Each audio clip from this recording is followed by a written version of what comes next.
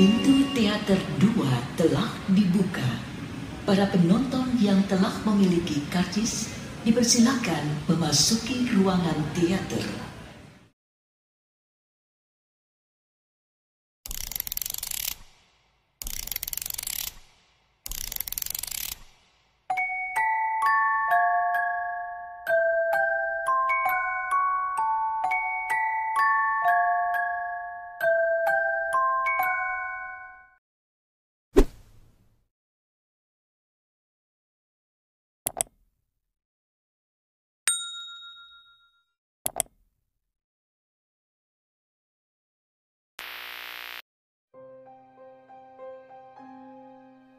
Assalamualaikum warahmatullahi wabarakatuh.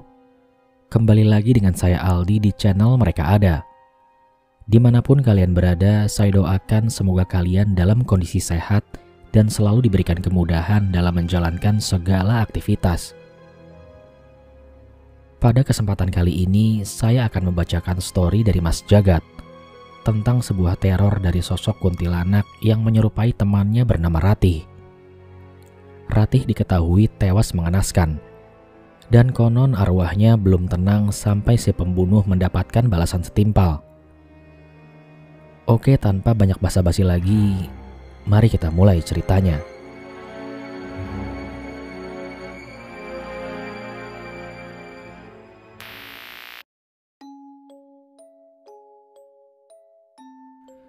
Entah apa yang aku pikirkan saat itu. Ketika Ratih memintaku mengantarnya pulang, aku justru menyetujuinya. Pesta menyambut pergantian tahun baru telah usai beberapa menit yang lalu. Aku dan rombongan anak Fakultas Fisip berangsur-angsur membubarkan diri. Kami menuju tenda masing-masing setelah sedikit berpesta membakar jagung untuk mengisi acara pergantian tahun. Ada sesuatu yang berbeda semenjak acara dimulai hingga acara berakhir. Ratih yang biasanya supel dan periang tampak diam menyendiri jauh dari rombongan. Sesekali aku melihat arahnya, dia tampak menikmati jagung bakar dan memandang sayu ke arah lahan kosong yang letaknya jauh di belakang kampus. Aroma harum tercium lekat menusuk hidung. Di tengah keseruan acara dan senda gurau kawan lainnya, Ratih tampak cukup asik menyendiri sambil membakar dupa dan menyan. Aku tak ingin mengusiknya dan lebih suka membiarkannya sendiri menikmati malam terakhir di tahun itu. Malam itu cukup terang, meski siang dan sore hari hujan mengguyur deras hingga dinginnya begitu menusuk tulang. Sesekali desiran angin membuatku mendekatkan diri pada api unggun di depanku. Malam terus bergulir. Teman-teman lain tampak kelelahan dan satu persatu mulai berbaring di perkemahan. Namun tidak dengan Ratih. Ia masih duduk sendiri dengan dupa yang membara itu, menyendiri memandang lahan kosong di belakang kampus. Lengser wengi sliramu tumake sirmo aja tangi nggonmu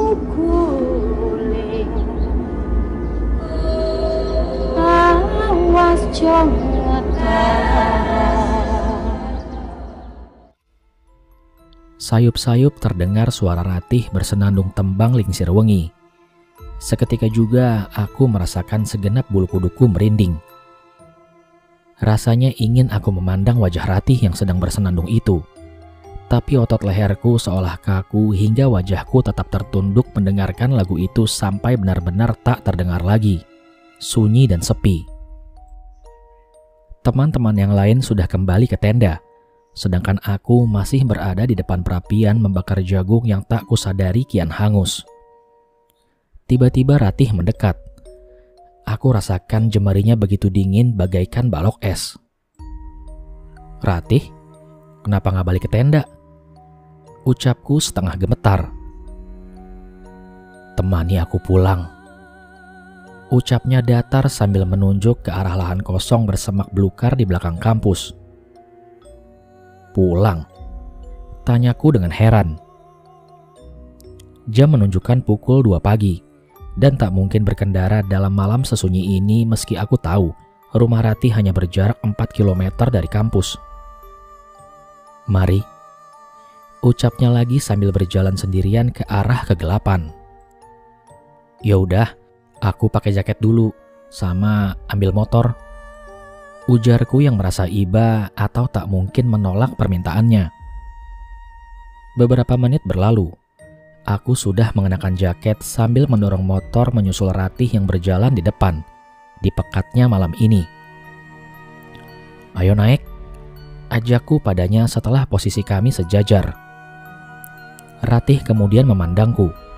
Tanpa banyak kata, ia segera duduk di jok belakang motor dan kami pun berkendara di pagi buta dan gelap gulita. Dalam perjalanan, kami tak saling bicara satu sama lain. Bahkan Ratih sesekali bersenandung tembang Linsir Wengi yang tadi aku dengarkan di perkemahan.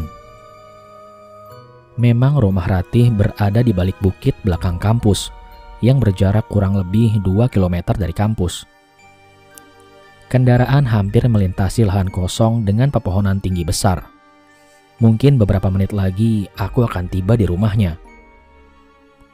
Memasuki lahan kosong sepanjang 500 meter itu, motorku serasa amat berat, seperti mengalami kebocoran ban pada ban belakang.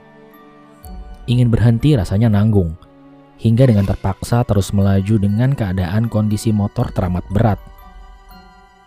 Suasana tambah mencekam karena hampir sepanjang perjalanan aku mendengar lolongan anjing yang terdengar sangat memilukan. Aneh memang. Setelah melewati lahan kosong ini, udah sampai nih di rumahnya, ucapku dalam hati meski penciumanku merasa tak nyaman ketika mencium aroma kembang setaman dari jok belakang tempat Ratih duduk. Terdengar derit suara rem motor ketika ku tekan saat tiba di halaman depan rumah Ratih. Suasana tampak berbeda karena rumah Ratih tampak ramai.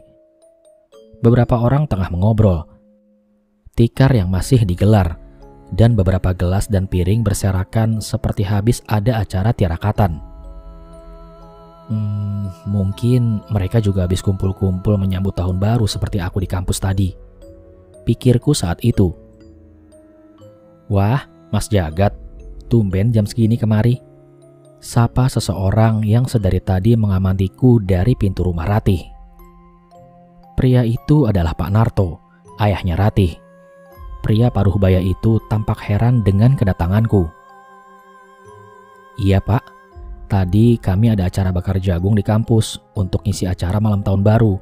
Tapi Ratih malah minta diantar pulang," ucapku membalas ucapannya. "Ratih?" Pak Narto menatapku erat membuatku merasa tak nyaman. Dia diam beberapa saat, lalu menarik nafas panjang. "Ratih kan udah meninggal Mas, dan malam tadi acara 7 harian kematiannya," lanjut Pak Narto mencoba memberi penjelasan. Aku menengok ke belakang pada jok belakang. Dan benar saja, aku hanya sendirian, tak ada Ratih yang tadi aku boncengkan. Tiba-tiba saja sendiku merasa lemas. Mataku berkunang-kunang dan merasa hangat di leher bagian belakang. Menyadari bahwa yang aku boncengkan tadi adalah sosok kuntilanak.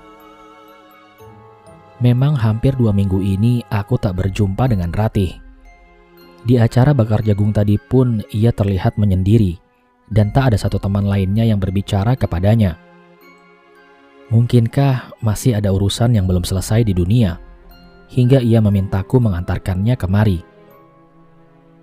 Sejenak aku menarik nafas panjang, kemudian beristighfar, lalu berpamitan kepada Pak Narto untuk menyusul teman-temanku yang berkemah di sisi kampus. Keesokan harinya ketika aku terbangun, aku segera menghampiri Lintang yang sedang membersihkan tempat berkemah semalam. "Apa kamu benar-benar gak tahu kalau Ratih udah meninggal hampir seminggu yang lalu? Makanya aku semalam ngerasa heran sama kamu. Udah 2 minggu bolos kuliah, terus tiba-tiba ikut acara, tapi ngobrol sendiri," ucap Lintang, teman satu kampus yang berkemah bersamaku malam itu. "Serius aku gak tahu.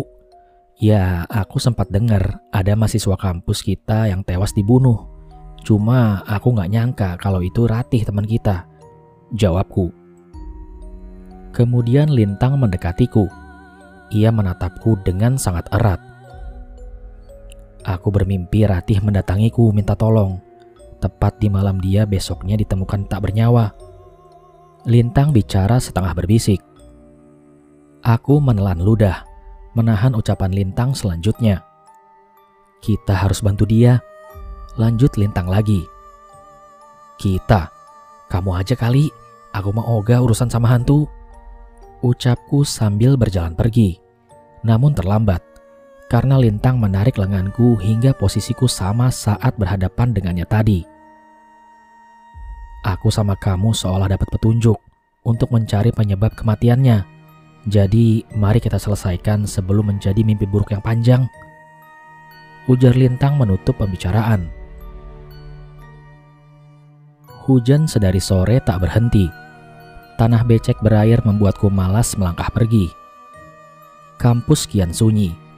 Setelah jam kuliah berakhir, nyatanya aku masih di sini. Kupandang jam dinding di pintu lobi yang menunjukkan hampir tiba azan maghrib. Sesekali melongok keluar halaman di mana derai hujan masih saja turun. Kok belum pulang? Tanya seseorang yang berjalan dari balik lorong ruang praktek broadcasting. Rupanya Bu Rahma dosen cantik jurusan Public Relation. Aku hanya menggeleng sambil memandang ke tubuh bu dosen yang kian dekat berjalan ke arahku. Mari pulang bareng saya. Kos kamu kan yang di sebelah kios fotokopi itu kan? Ajaknya seraya tersenyum dengan ramah. Tanpa menjawab, aku ikuti langkah dosen cantik yang kata kakak tingkatku adalah dosen killer saat itu.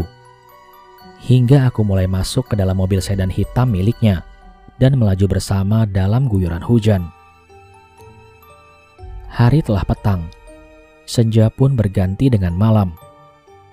Aku masih berada di dalam mobil Bu Rahma sambil menunggu beberapa menit lagi untuk tiba di kosanku. Kita makan dulu yuk, ucap beliau sambil memandang lewat kaca dashboard di atas kemudinya. Saya yang bayar kok. Lanjutnya lagi sebelum aku sempat menjawab ajakannya. Tiba di sebuah warung pecel pinggir jalan, mobil yang aku tumpangi berhenti untuk menepi. Aku merasa canggung saat itu. Duduk berdua dengan dosen idola di kampusku membuat serba salah tingkah. Kami duduk berhadapan sambil menyantap makanan pecel lele kesukaan bu dosen. Pembunuh itu telah tertangkap tadi pagi, ucapnya dengan pelan. Aku berhenti mengunyah dan menatap gerak bibirnya berharap ia melanjutkan ucapannya.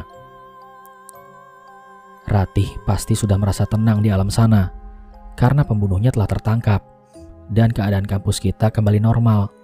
Setidaknya dengan adanya penangkapan itu, asumsi publik bahwa Ratih dibunuh oleh orang yang berada di lingkungan kampus juga lenyap. Lanjutnya sambil merapikan bingkai kacamata di wajahnya. Bu, aku memotong ucapannya. Ia memandang ke arahku. Saya pulang duluan ya, kosan saya udah dekat kok, ucapku. Oh, iya, silakan. Dosen itu tersenyum ramah dan mempersilakan aku untuk berlalu. Tak lupa kuucap terima kasih atas traktiran malam itu. Aku berlari kecil menuju kos dengan tas ransel yang kugunakan menutupi rambut agar tak terpapar hujan yang turun. Kepalaku sedikit pusing karena terkena angin dan hujan membuat tubuhku kedinginan. Dan sesampainya di kos, aku segera mandi dan rebahan agar lelah segera hilang. Kantuk menghampiriku, padahal masih jam 9 malam. Tanpa rencana, akhirnya terlelap juga. Terdengar suara pintu diketuk dari luar. Ya ampun, siapa sih yang bertamu malam-malam begini ke kos? Siapa ya? Tanyaku mencoba berinteraksi dengan seseorang di luar sana. Buka, ini Lintang. Suara itu menyebut namanya. Tanpa menunggu lama, aku segera membuka pintu. Kudapati Lintang berdiri dengan beberapa bagian tubuh yang basah. Ngapain kesini? Udah malam. Mana ke kos cowok lagi? Tanyaku pada Lintang. Lintang segera masuk dan duduk di sisi ranjang. Tangannya sibuk mengusap rambut dengan handuk kecil yang ia ambil dari dalam ranselnya. Lihat nih, ujar Lintang sambil menyodorkan sebuah foto di layar ponselnya.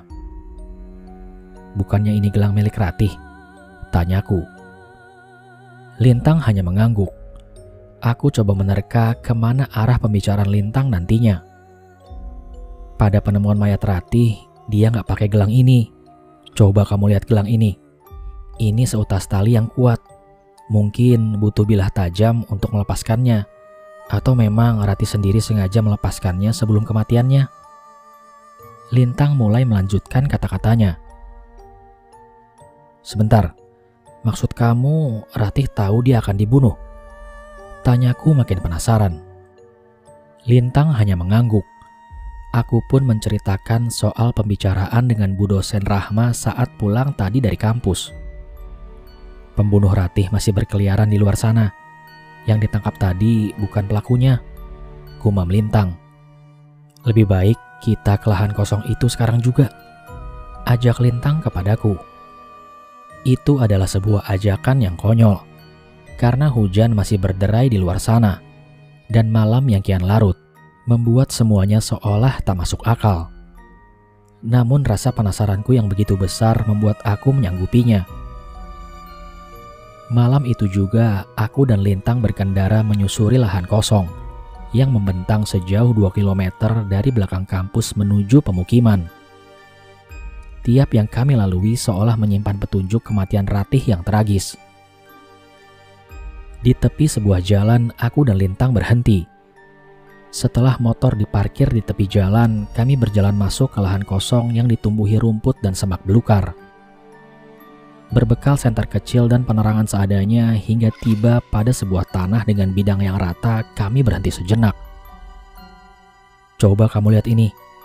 Ada jejak seperti ban mobil pada tanah, dan beberapa rumput rusak seperti sesuatu diseret di atasnya.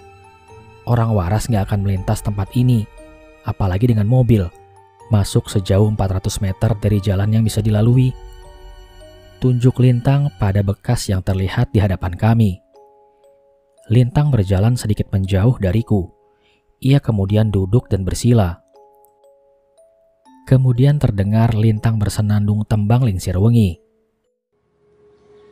Lengser wengi sliramu tumeke sirmo aja tangi nggonmu guling awas jongata aku lagi bangun wingo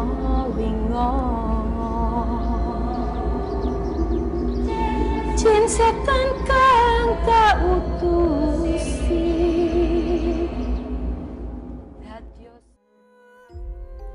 Lin, ngapain nyanyi gituan? Serem tahu. Ucapku mencoba memperingatkan. Lintang tak bergeming dan terus bersenandung. Matanya terpejam dan tangannya menyatu seperti orang bersemedi. Tiba-tiba saja angin menderu menyibak ranting pepohonan. Dan dalam waktu singkat suasana menjadi mencekam. Ditambah lolongan anjing yang terdengar menyayat pilu. Otomatis bulu kuduku berdiri. Badanku yang serasa beku memandang keadaan lahan kosong yang gelap gulita. Aku mundur beberapa langkah saat sosok bayangan putih bersembunyi di balik pohon besar. Sesosok makhluk dengan rambut panjang menutupi wajah dan pakaian serba putih tertunduk. Terdengar suara isak tangis dan ratapan pilu dari arahnya.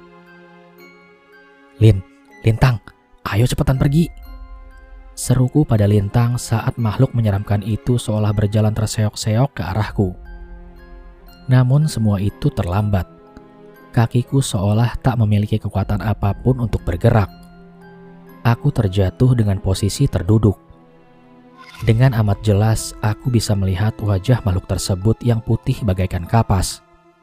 basah mengelupas serta mengeluarkan aroma busuk yang teramat sangat. Di leher makhluk itu tampak seutas tali melilit, sedangkan bagian ujung lainnya terjuntai ke tanah. "Ayo pegangan!" seru Lintang menyodorkan tangan agar aku raih. Seketika itu aku sanggup menggerakkan tubuhku, yang tadinya kaku dan mengikuti kemana arah Lintang mengajakku. Aku dan Lintang berlari sekuat tenaga, hingga kami sampai di tempat semula. Nafas kami masih tersengal, memandang jauh ke arah semak belukar tempat makhluk tadi kami tinggalkan. "Dia hantu penunggu tempat ini, auranya sangat negatif. Kita coba lain kali. Ayo pergi sekarang," ajaknya sekali lagi. Aku segera nyalakan motor dan berlalu dari tempat itu. Kematian Ratih 2 minggu silam menyisakan teror bagi aku dan Lintang, serta sejumlah teman kuliah yang lain. Sosok Ratih kerap muncul berada di taman kampus atau di ruang kelas, membuat takut para mahasiswa yang melihatnya. Meski pihak berwajib telah menangkap seseorang yang diduga adalah pembunuhnya, tapi ternyata itu tak cukup membuat arwah Ratih pergi dengan tenang. Sore itu aku dan Lintang berencana mendatangi rumah Ratih untuk bersilaturahmi dengan orang tua mendiang Ratih. Barangkali ada petunjuk baru terkait kematiannya. "Gimana, Lin? Udah siap?" tanyaku pada Lintang setelah beberapa saat mengetuk pintu rumahnya. "Udah, ayo ke sana sekarang, mumpung belum terlalu gelap," jawab Lintang dengan singkat. Kami berkendara dengan kendaraan roda 2 menuju rumah Ratih. Dan setelah menempuh perjalanan hampir setengah jam, kami pun tiba dan disambut ramah oleh orang tua Ratih. Sulit rasanya menanyakan perihal kematian putri mereka, karena bisa saja membuat mereka teringat kembali peristiwa menyedihkan tersebut. "Dia seharusnya menikah bulan depan. Kami telah sepakat menikahkan dia dengan Reza, putra sahabat saya. Dan Reza sangat terpukul dengan kejadian itu," ucap Ibunda Ratih sambil menangis. Kami tak bisa bicara lebih banyak, karena memang kondisi orang tua Ratih masih amat terpukul. Akhirnya aku dan Lintang pamit dari rumah Ratih tanpa petunjuk apapun. Hanya rencana pernikahan Ratih dengan pria pilihan orang tuanya yang bernama Reza.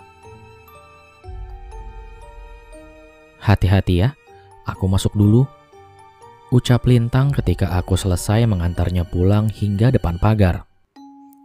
Aku hanya mengangguk sambil tersenyum, lalu memacu kendaraanku untuk pulang ke rumahku. Lintang segera masuk. Ia kemudian merebahkan diri di kasur sambil memandang langit-langit kamarnya. Malam kian larut, dan dingin membuat hawa kantuk menghinggapi Lintang. Sesaat saja ia terbaring sudah tertidur pulas. Sayup-sayup dalam keadaan setengah sadar, Lintang mendengar suara perempuan bersenandung. Suara itu makin lama makin jelas, bagai berbisik di telinganya. Lintang terlihat resah.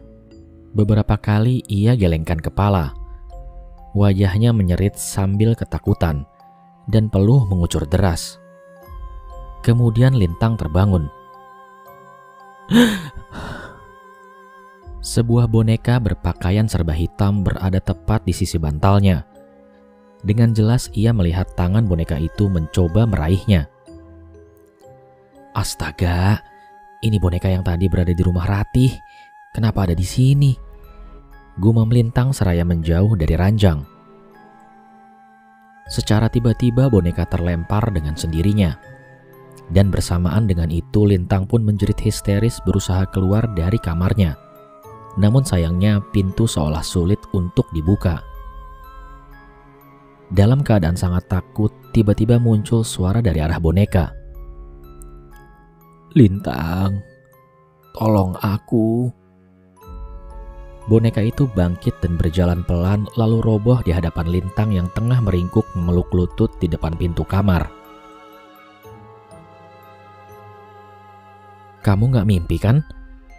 tanyaku pada Lintang keesokan harinya saat Lintang menemuiku di lobi kampus. "Sumpah, buat apa aku bohong? Sepertinya boneka itu disusupi roh. Ujar Lintang mencoba meyakinkanku. Tak ada alasan untuk aku tak percaya pada ucapan Lintang. Terlebih memang hanya aku dan dia yang sering mengalami kejadian ganjil selepas kematian Ratih.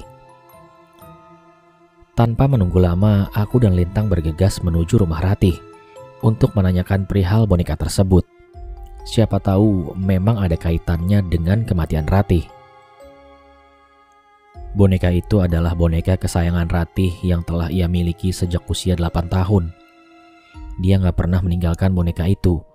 Meski bepergian jauh keluar kota, boneka itu selalu dia bawa.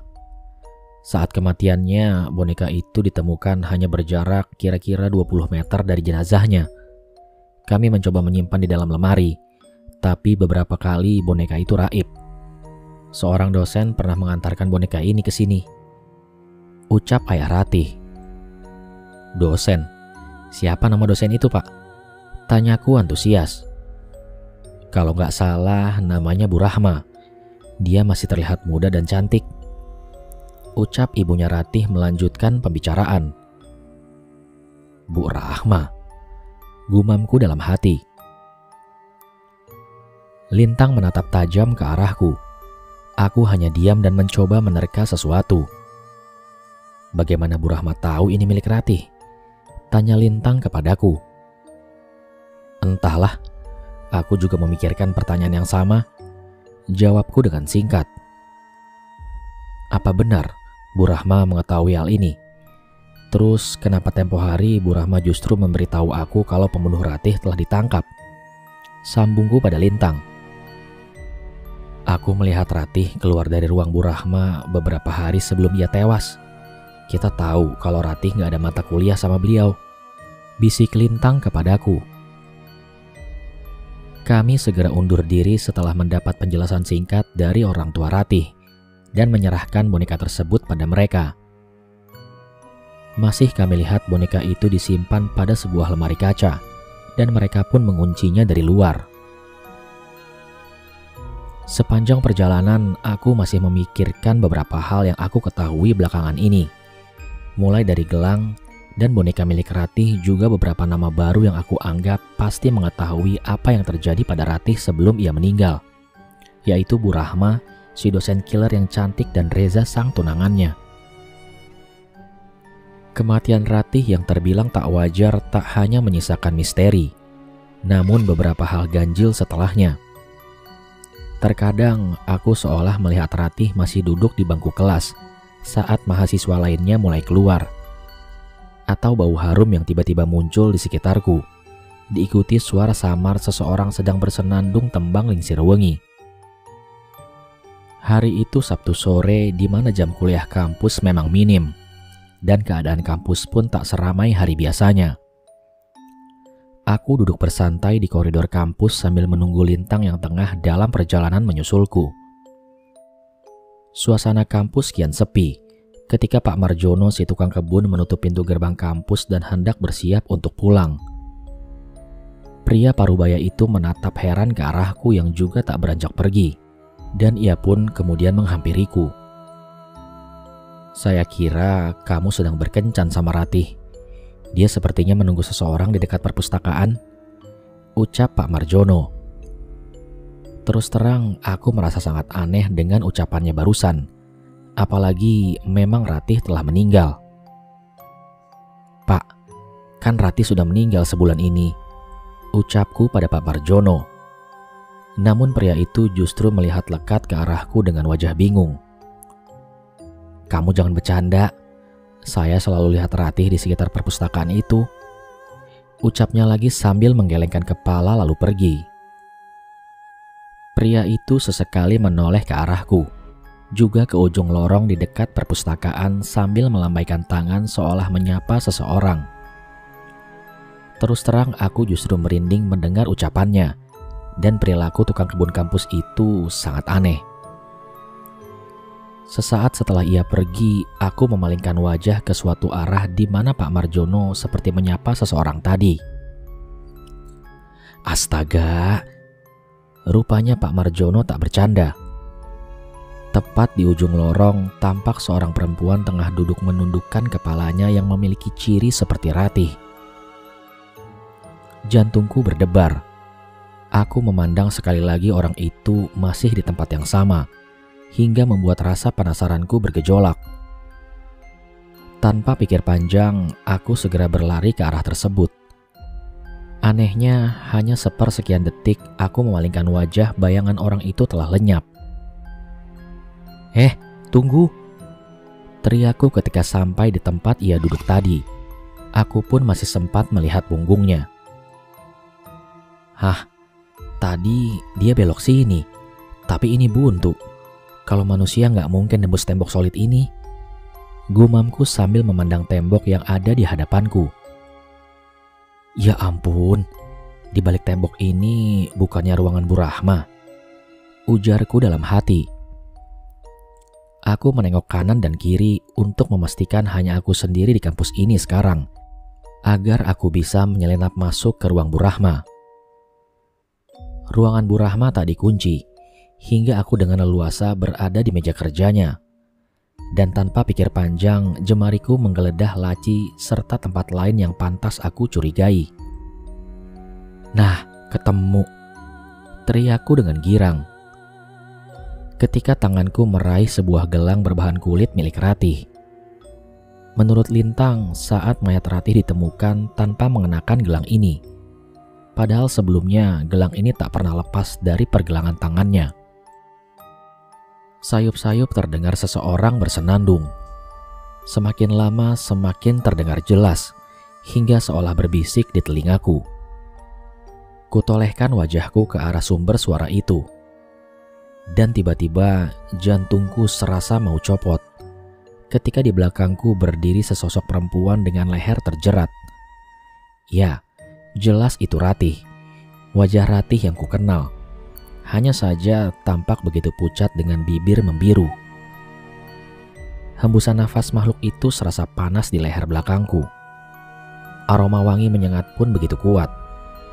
Aku memandang sosok seram yang kakinya tak menapak ke tanah sedikit pun. Kini aku dan sosok seram itu saling berhadapan. Aku terpaku tak mampu untuk bergerak. Bisa kulihat tangan Ratih yang dingin menyentuh jemariku, hingga kurasakan sekujur tubuhku menjadi dingin. Listrik dalam ruangan mati dan nyala kembali, disertai suara gemuruh seperti angin yang menderu menyibak rambutku serta gordeng yang menutupi jendela. Tolong aku! Suara serak dan berat keluar dari bibirnya, yang diikuti suara tangis sesenggukan. Seketika itu aku merasakan gelap dan pusing lalu ambruk tak sadarkan diri. Ratih ditemukan tak bernyawa di sebuah lahan kosong dengan kondisi mengenaskan. Resleting celananya rusak dengan celana dalam yang melorot. Ada bekas lebam pada kemaluannya dan beberapa bagian tubuh lainnya. Ada bekas jeratan pada lehernya, juga bercak sperma pada perutnya. Dugaan pihak berwenang ia adalah korban pemerkosaan dan juga perampokan, karena tak ditemukan identitas atau dompet serta barang pribadi lainnya yang ikut raib. Namun informasi yang berkembang lainnya menyatakan bahwa Ratih sudah tewas sebelum sampai di tempat itu. Mengingat ada bekas ban mobil serta rerumputan yang rusak seperti bekas tubuh yang diseret di atas permukaannya. Jagat, ayo sadar, cepetan kita pergi dari sini. Aku masih terpejam ketika seseorang menggoyangkan bahuku. Aku membuka mata perlahan dan mendapati Lintang tengah jongkok di hadapanku yang masih terbaring lemah. Aku ngikutin kamu dari tadi. Ayo, cepetan kita keluar dari sini. Ucap Lintang mencoba memapahku berdiri. Aku masih belum begitu sadar ketika Lintang mengantar pulang ke kosan dengan mobilnya. Dalam perjalanan, ia sesekali memandang cemas ke arahku. Bu Rahma adalah kekasih Reza tunangan Ratih, ucap Lintang sembari menyodorkan teh hangat kepadaku saat tiba di kos. Serius? Tanyaku mencoba memperjelas ucapan yang baru saja aku dengar. Bu Rahma dan Reza telah lama menjalin hubungan, bahkan jauh sebelum Reza dan Ratih dijodohkan orang tua mereka. Mereka masih saling mencintai, bahkan saat mayat Ratih ditemukan di lahan kosong dengan kondisi mengenaskan. Ujar Lintang kepadaku. Jadi Bu Rahma pelakunya? Tanyaku sekali lagi.